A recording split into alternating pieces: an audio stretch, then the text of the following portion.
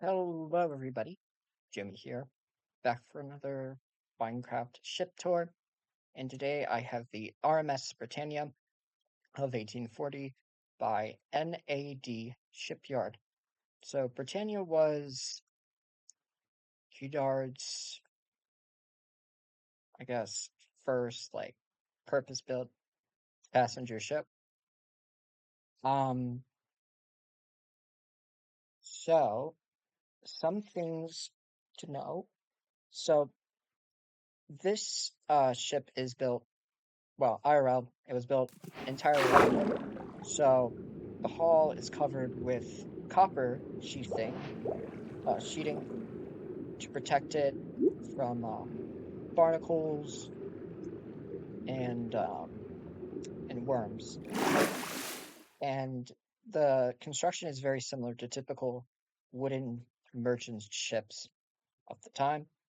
The masts and rigging is that of a bark, and they're also made of wood and fastened together with these iron bands. And for those of you who say the sail arrangement looks strange, it's actually possible to sail her this way. She uses the steam engines and the sails simultaneously, to achieve better speed and to save coal. And they did have to pay attention to make sure that soot and dirt and such from the funnel did not interfere with the sails, because canvas was not only very expensive at that time, but it's also very uh, flammable. So let's get started. So here you have the typical bridge.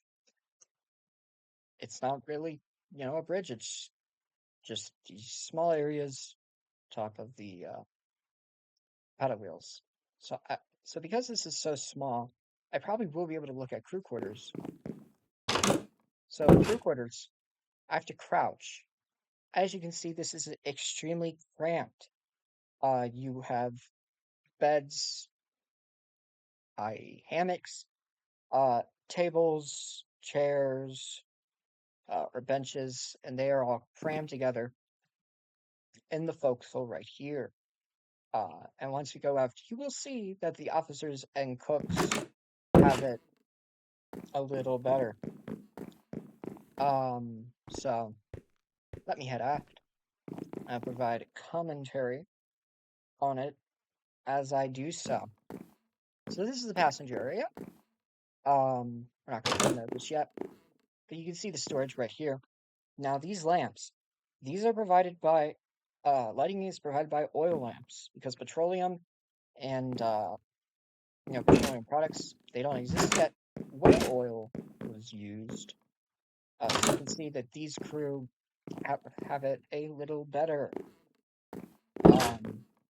And these tours, they're going to be a little bit more, I guess, historical. So you learn things about the ship, and what it was like to travel on these ships, etc. So this ice house. So refrigeration on board ships really wasn't invented yet. You had to just carry ice and hope to God it would not melt entirely, and to make sure everything didn't go bad, they just covered everything in salt. So these lavatories, this is really simple.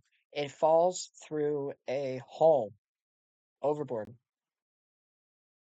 And the wash basins work in a similar way. They threw buckets overboard and they pulled them up with the seawater, and that's how the passengers and crew wash themselves. They didn't really have plumbing at all.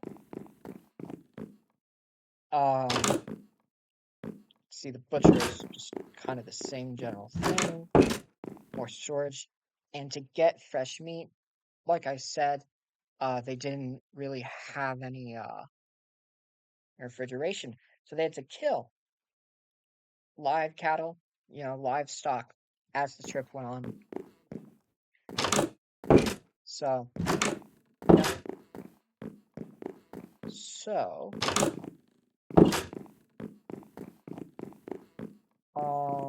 let me go here. So the captain has it the best in terms of a cabin size, but it's still cramped, relatively. And if we go on the other side, chief officer is the same. Now the wheelhouse.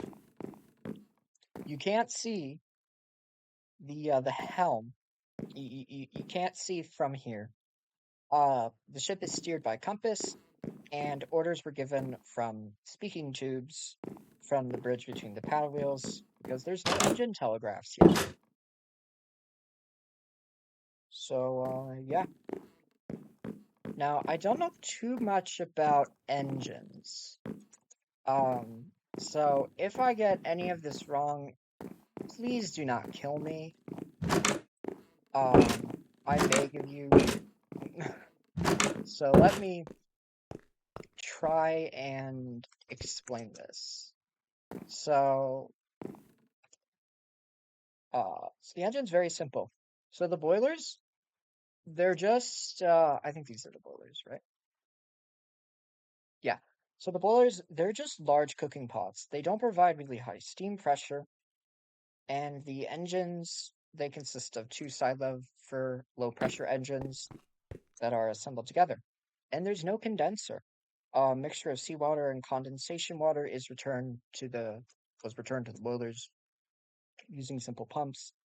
Therefore, they have to be regularly cleaned for salt deposits.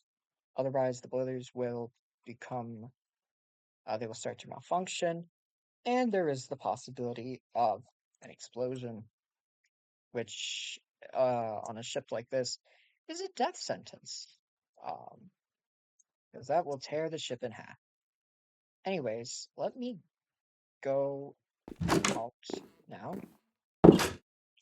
and we will go to the passenger area. Now, this is not what you interpret, with traveling in an ocean liner. This is very plain. It's simple wooden paneling, and these are your cabins. This is a more deluxe cabin, if you can call it deluxe. But this is probably what you would have stayed in. And Charles Dickens compared this to a hearse and a carriage. Everyone knows what Charles Dickens said about that. That iconic description. Yeah, this is a little salon. Saloon.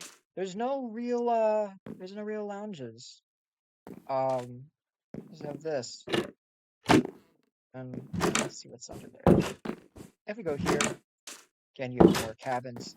Now, the poor people who were berthed here, because this is in between because it's on either side of the engines, and they can't walk through here, they have to go up the stairwell, through here, all the way to access their dining saloon. And I think it's back here somewhere, right? It's this entrance. So they can't really leave in rough weather. Anyway, this is your dining saloon, which also doubled as the main saloon, pretty much. And again, you have your cabins right here. So yeah. So it really just does put into perspective what traveling on these older ships was like. Passenger cabins stayed like this for a while. When I say a while, I think until the early 1880s is when they began to change and grow bigger. Yeah, this is the galley. Yep, that's it. No electric ranges, none of that. You just have a stove fueled by coal.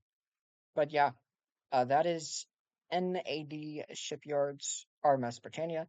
As always, a link to the map will be in the description. Uh, thank you all so much for watching, and I hope you have a great rest of your day. Uh, hopefully, I will see you in the next video. But until then, this has been Jimmy, and bye for now.